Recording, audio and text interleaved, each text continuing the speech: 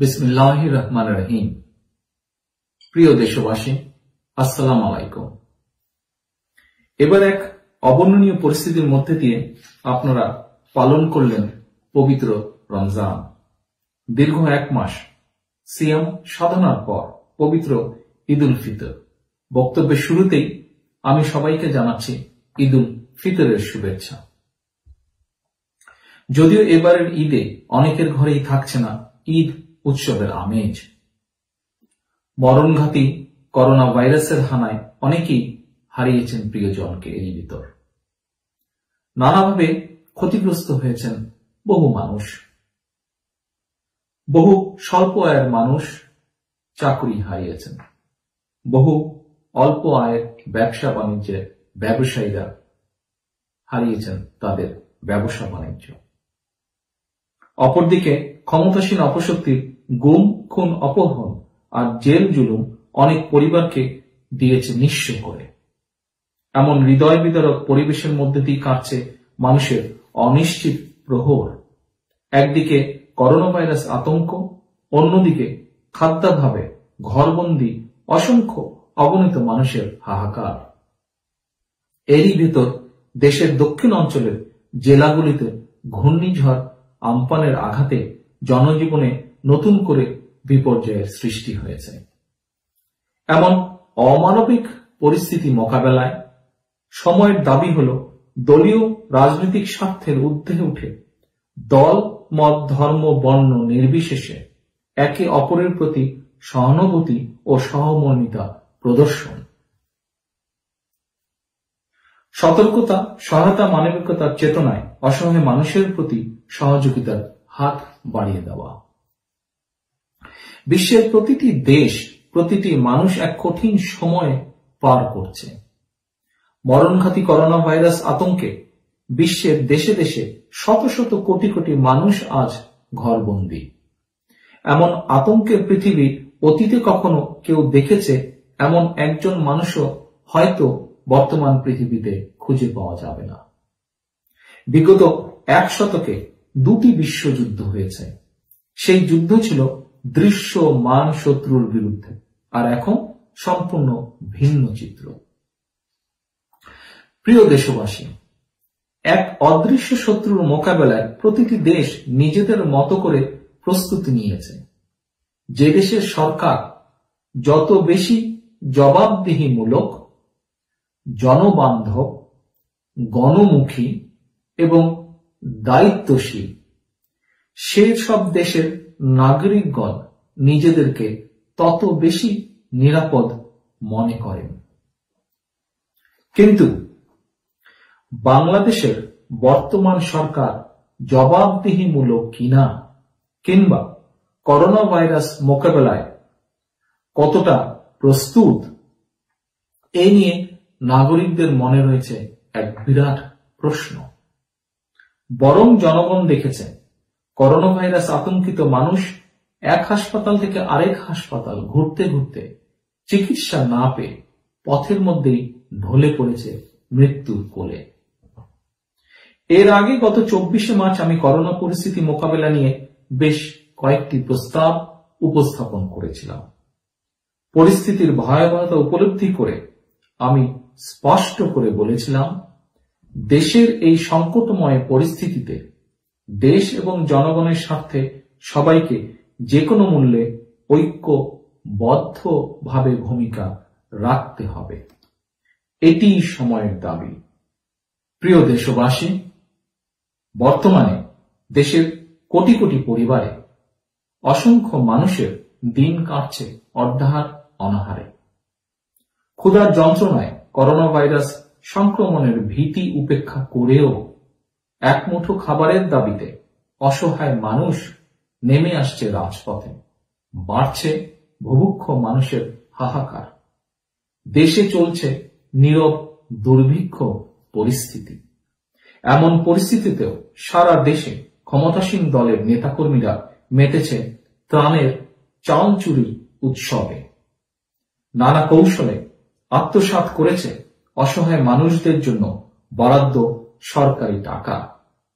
সরকারিভাবে গরিব কৃষকদের কাছ থেকে ধান ক্রয়ের জন্য করা তালিকাতেও চলছে জালিয়াতি।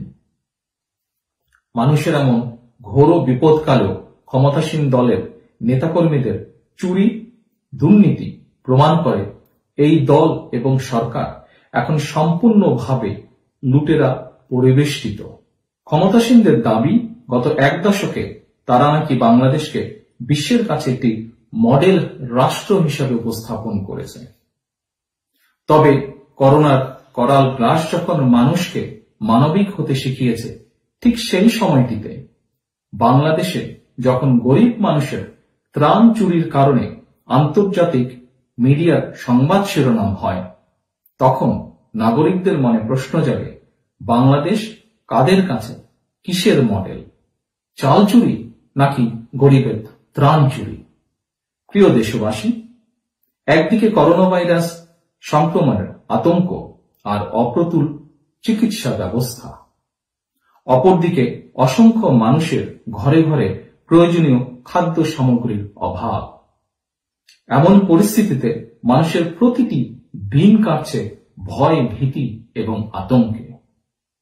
তাই আপাতত এই সময় ক্ষমতাসীনদের অপকীর্তি, অনাচারের দীর্ঘ ফিরিস্তি তুলে ধরতে চাই না। তবে লকডাউনের এই দুঃসময়টিতে মানুষের যখন অর্থনৈতিক সহায়তার ভীষণ প্রয়োজন, তখন ক্ষমতাসীনদের কয়েকটি মেগা লুটপাটের ঘটনা উল্লেখ না করলেই নয়। গত এক দশকে দেশ থেকে পাচার হয়ে গেল প্রায় 9 লক্ষ কোটি টাকা। বাংলাদেশ ব্যাংকের রিজার্ভ ফান্ড থেকে লোপাট হয়ে গেল 800 কোটি টাকারও বেশি। বাংলাদেশে এই মুহূর্তে খেলাপি ঋণের পরিমাণ প্রায় 1 লক্ষ কোটি টাকা। সরকারের প্রশ্রয় কয়েকটি ব্যাংকের মূলধন পর্যন্ত হজম করে ফেলা হয়েছে। শেয়ার বাজারের শত শত কোটি টাকা যারা লুট করেছে, তারা সম্পূর্ণভাবে ধরাছোঁয়ার বাইরে। খোদ সরকারি পৃষ্ঠপোষকতায় লুটেরা দল এভাবে দেশের লক্ষ লক্ষ কোটি টাকা পাচার, লোপাট আর লুটপাট করার সুযোগ না পেলে জনগণকে হয়তো বর্তমানে অর্ধাহার অনাহারে দিন কাটাতে হতো না।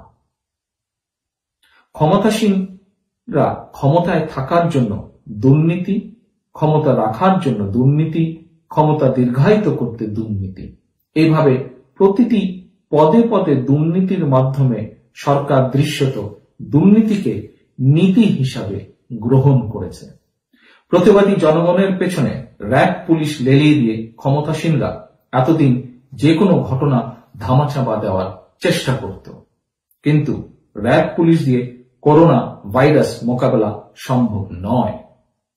ফলে বর্তমান জাতীয় সংকটকালে প্রতিটি ক্ষেত্রেই ক্ষমতাসীনদের অযোগ্যতা আর ব্যর্থতা স্পষ্ট হয়ে উঠেছে। সারা দেশে অসহায় ও সুবিধা বঞ্চিত মানুষদেরকে নগদ অর্থ সহায়তা প্রদান এবং ত্রাণের চাল ও খাদ্য সামগ্রী বিতরণের দায়িত্ব সেনাবাহিনীকে দেওয়ার জন্য আমরা বিএনপির পক্ষ থেকে আহ্বান জানিয়েছিলাম। কিন্তু সেনাবাহিনীকে দায়িত্ব না দিয়ে ক্ষমতাসীনরা গরিব মানুষের জন্য সরকারিভাবে বরাদ্দ করা নগদ অর্থ সহায়তা, টাকা এবং ত্রাণের চাল বিতরণের দায়িত্ব তুলে দিয়েছে আওয়ামী লীগের স্থানীয় নেতাদের হাতে। ফলে গরিব মানুষের জন্য দেওয়া ত্রাণের চাল এখন পাওয়া যাচ্ছে আওয়ামী লীগের নেতাদের গুদামে, পুকুরে কিংবা খাটের নিচে। ত্রাণ চোর থেকে চাল চোর, সেই একই চক্র, সেই একই দল, সেই একই কাহিনী, সেই একই বাহিনী। প্রিয় দেশবাসী, প্রতিটি দেশ করোনা ভাইরাসে আক্রান্ত। করোনা ভাইরাসের চিকিৎসায় এখন পর্যন্ত বিশ্ব স্বীকৃত কোনো মেডিসিন আবিষ্কৃত হয়নি। এই অবস্থায় সব দেশই করোনা ভাইরাস মোকাবেলায় প্রতিরোধমূলক ব্যবস্থাকে অগ্রাধিকার দিচ্ছে। প্রতিদিন বেশি সংখ্যক মানুষকে টেস্টের আওতায় এনে করোনা উপসর্গ থাকলে আগেভাগে আইসোলেশনে নেওয়া কিংবা প্রয়োজনীয় ব্যবস্থা গ্রহণকেই অন্যতম সাফল্য বলে মনে করা হচ্ছে। অথচ বাংলাদেশের চিত্র ঠিক উল্টো। মানুষ নিজ উদ্যোগে করোনা ভাইরাস পরীক্ষা এবং করোনা চিকিৎসা করাতে গিয়েও নানা বিড়ম্বনার শিকার হচ্ছেন। অনেকেই বলছেন বেশি সংখ্যক মানুষকে টেস্ট করলে বেড়ে যাবে শনাক্ত হওয়া করোনা ভাইরাস আক্রান্ত রোগীর সংখ্যা। এ কারণে অধিক সংখ্যক মানুষকে টেস্টের আওতায় আনা হচ্ছে না। সুতরাং সক্ষমতা না থাকায় অধিক হারে করোনা টেস্ট করানো যাচ্ছে না, নাকি এর পেছনে সরকারের অন্য কোনো উদ্দেশ্য আছে, এটি স্পষ্ট হওয়া প্রয়োজন। অন্যথায় উদ্বেগের বিষয়টি হল, নানা অজুহাতে করোনা টেস্ট না করে কিংবা টেস্ট করতে গড়িমসি করে সরকার হয়তো করোনা ভাইরাসে আক্রান্তের সংখ্যা এবং মৃতের সংখ্যা কম দেখিয়ে মেকি সাফল্য লাভ করতে চায়। কিন্তু এর পরিণতি হতে পারে হিতে বিপরীত। তাই দেশ এবং জনগণের স্বার্থে আমি এ বিষয়ে সরকারকে সতর্ক করে দিয়ে বলতে চাই, করোনা ভাইরাসে আক্রান্ত ও মৃতের সংখ্যা কম দেখিয়ে নিজেদের কাগুজে সাফল্য দেখানোর যে জরুরি করোনা ভাইরাস টেস্ট নিয়ে দেশে বিদেশে বাংলাদেশের বিশ্বাসযোগ্যতা অর্জন। কারণ গ্লোবাল ভিলেজের এই সময় করোনা টেস্টের ব্যাপারে আন্তর্জাতিক বিশ্বে বাংলাদেশের বিশ্বাসযোগ্যতা হারালে ভবিষ্যৎ নাগরিকদেরকে অত্যন্ত চড়া মূল্য দিতে হতে পারে।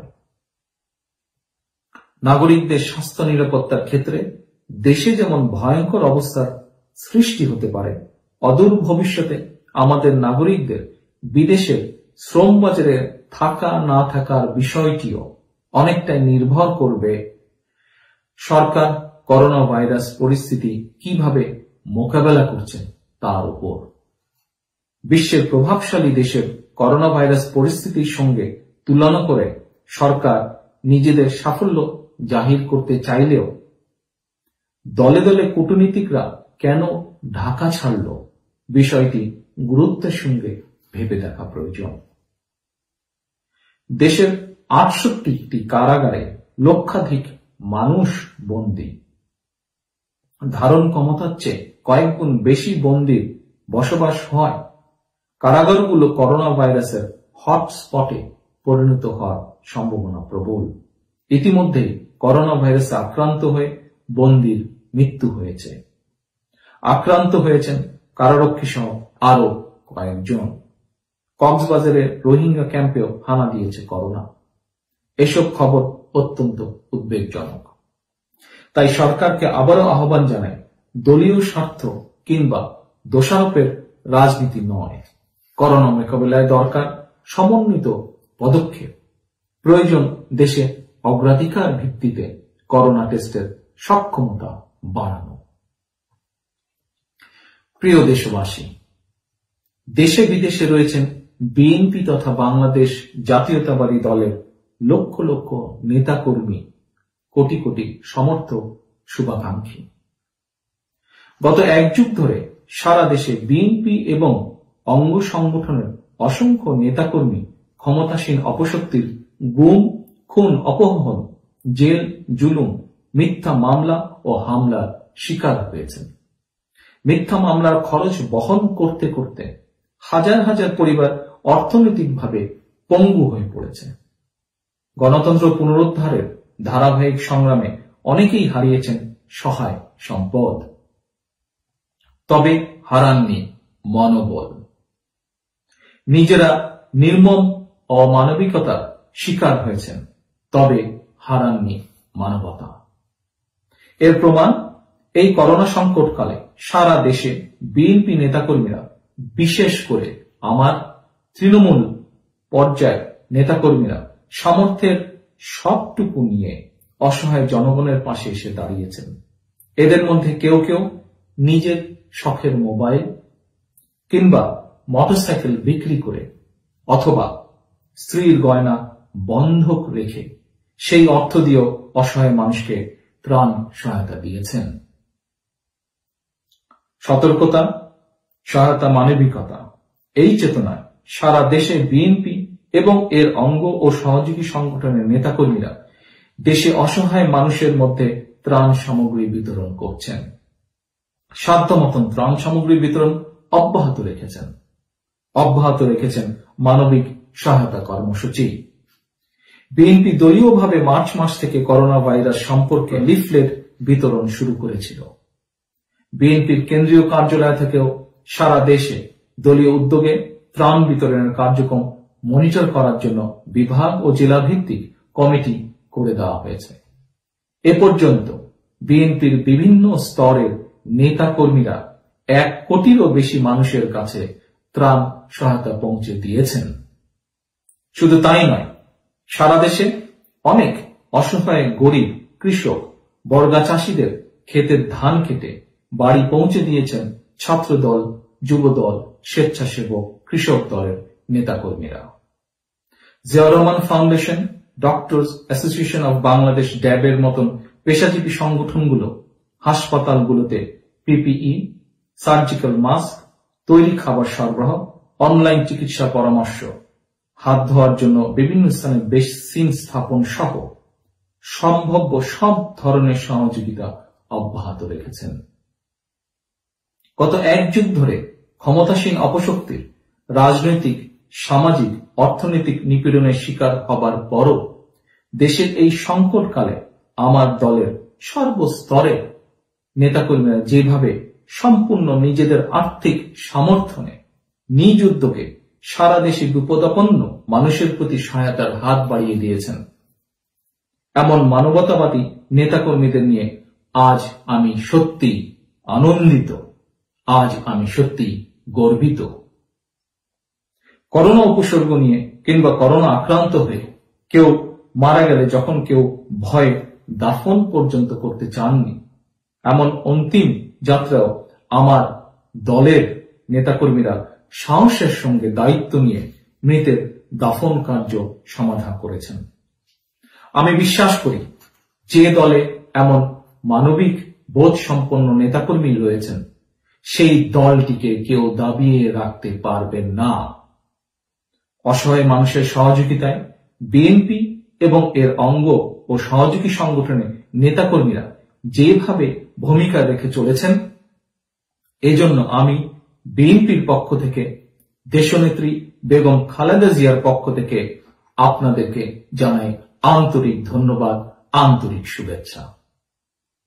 প্রিয় দেশবাসী, করোনা ভাইরাস মোকাবেলায় চিকিৎসক, নার্স, স্বাস্থ্যকর্মী যারা সাহসিকতার সঙ্গে সামনের কাতারে থেকে নেতৃত্ব দিচ্ছেন, তাদেরকে জানাই আন্তরিক শুভেচ্ছা, আন্তরিক অভিনন্দন। আগামী দিনগুলোতে তাদেরকে হয়তো আরো কঠিন পরিস্থিতি মোকাবেলার জন্য প্রস্তুত থাকতে হবে। তাদের এই সাহস ও এই ত্যাগ সারা বিশ্ব শ্রদ্ধার সাথে স্মরণ করছে এবং করবে। সবশেষে করোনা ভাইরাসে আক্রান্ত হয়ে যারা মৃত্যুবরণ করেছেন, আল্লাহর দরবারে তাদের মাগফিরাত কামনা করছি। যারা আক্রান্ত হয়েছেন, আল্লাহর দরবারে তাদের দ্রুত আরোগ্য কামনা করছি। ঘূর্ণিঝড় আমপানে যারা ক্ষতিগ্রস্ত হয়েছেন, তাদের প্রতি জানাই আন্তরিক সমবেদনা। মহান আল্লাহর কাছে প্রার্থনা, তিনি আমাদেরকে এই সকল বিপদ থেকে উদ্ধার করবেন। বাংলাদেশ জিন্দাবাদ, বাংলাদেশ জাতীয়তাবাদী দল জিন্দাবাদ। আল্লাহ হাফেজ।